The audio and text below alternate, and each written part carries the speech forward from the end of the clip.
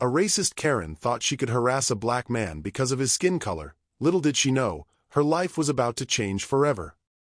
The sun blazed over Maple Grove Park, an oasis of manicured lawns and cherry blossoms in the affluent suburb of Briarwood Estates. Children laughed near the playground, their voices blending with the chatter of joggers and the rustle of oak leaves. On a bench facing the duck pond, Malcolm Reed, a black man in faded jeans and a navy hoodie, sat with a worn copy of Invisible Man balanced on his knee. His posture was relaxed, but his eyes, sharp and observant, scanned the pages with deliberate focus. A silver Mercedes convertible pulled into the parking lot. Out stepped Claire Whitmore, her blonde hair coiffed under a sun hat, her lips pursed as she adjusted her Tory birch blazer. Her high heels clicked against the pavement as she tugged a designer leash, dragging a yapping Maltese named Sir Reginald. Claire paused, eyeing Malcolm's unpolished presence on her bench, the one she'd claimed every Tuesday for years. Her nose wrinkled. "Disgusting," she muttered, loud enough for him to hear. Malcolm didn't flinch. He turned a page, the sound crisp in the thick summer air. The Maltese yapped again, straining toward Malcolm. Claire yanked the leash, her diamond bracelet glinting. "Control your energy," she snapped, her smile saccharine but her eyes cold. The dog quieted, but Claire lingered, hovering inches from Malcolm's shoulder. Her perfume, cloying, expensive, invaded his space. When her phone rang, she answered loudly, pacing in front of him. "Ugh, Karen, you won't believe this bench. Filthy. Why do they let just anyone sit here?" Her laugh was sharp, deliberate. A jogger slowed, glancing at Malcolm, then looked away. Malcolm's thumb brushed the spine of Invisible Man. He bookmarked his page, closed the book, and shifted left, only to have Claire mirror him, her knee brushing his. "Oops," she trilled. "Clumsy me." A muscle ticked in Malcolm's jaw. He inhaled, slow and steady, his gaze fixed on the duck pond. Sir Reginald growled, low and guttural. Claire smirked. "Easy, Reggie. Some people don't appreciate good breeding." Bystanders shuffled past, avoiding eye contact. A teenager opened her mouth to speak, then thought better of it. Malcolm's fingers tightened on the book's edge. Once, then relaxed.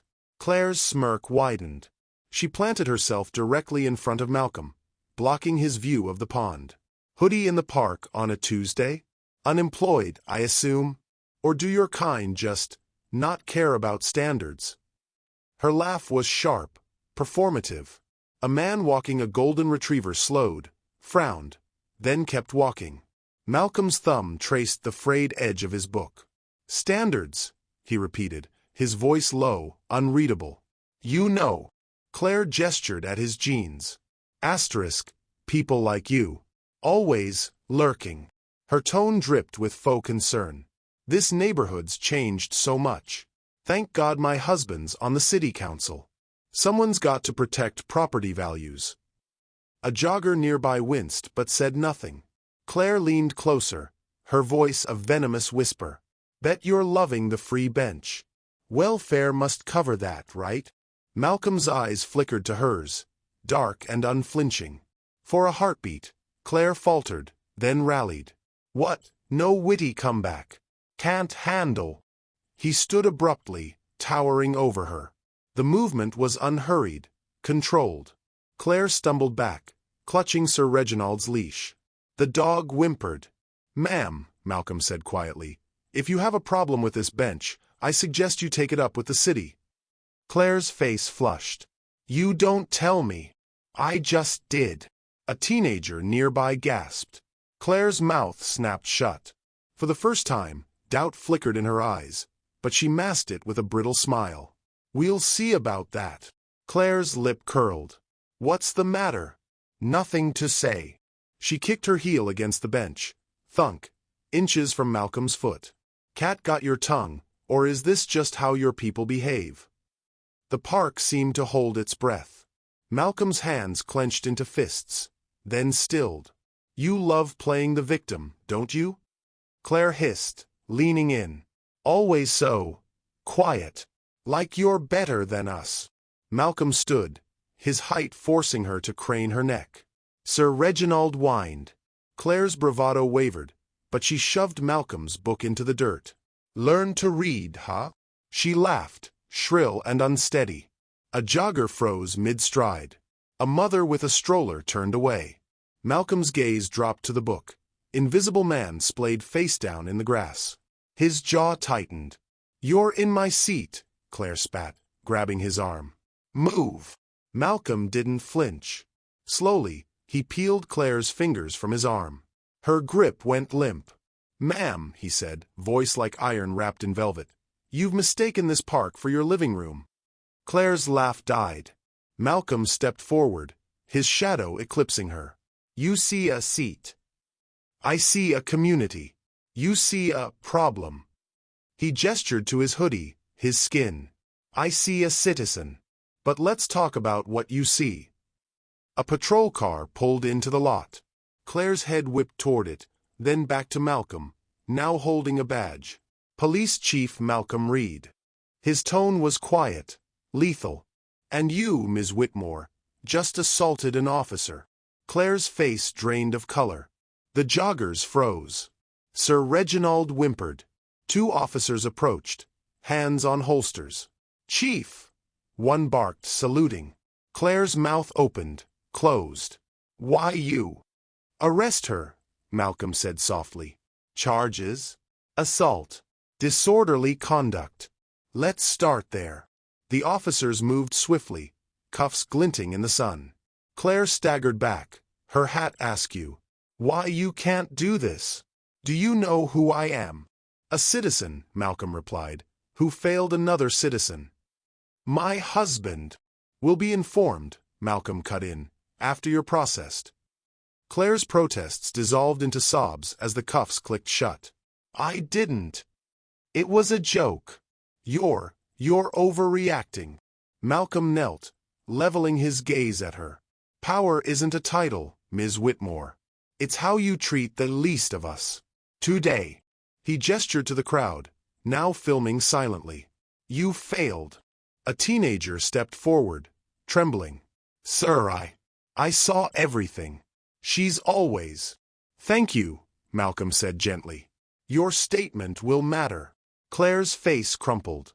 "I'll lose everything. My friends, and the people you've mocked?"